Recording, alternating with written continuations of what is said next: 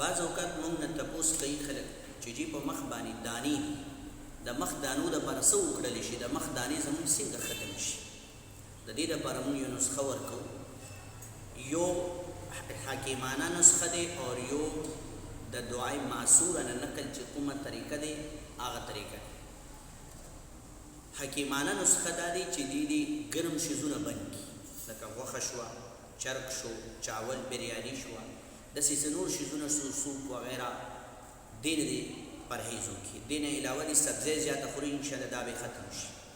او دویم عمل په دې کې چې دعاګانو نه ثابت دی هغه دا دی چې دې روزانه 100 مرتبه یا خالق ووایي او 100 مرتبه دی یا مصور ووایي او 100 مرتبه دی یا جمیل ووایي.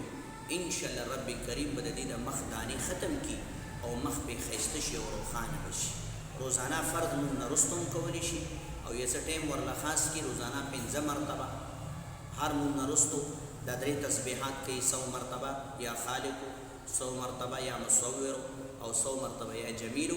انشاءالله رب کریم به د دې د مخ دانې ټولې ختم کړي اور د مخ په ښایسته شي. د دې عمل جاری وساتو انشاءالله ډېره فایده لري.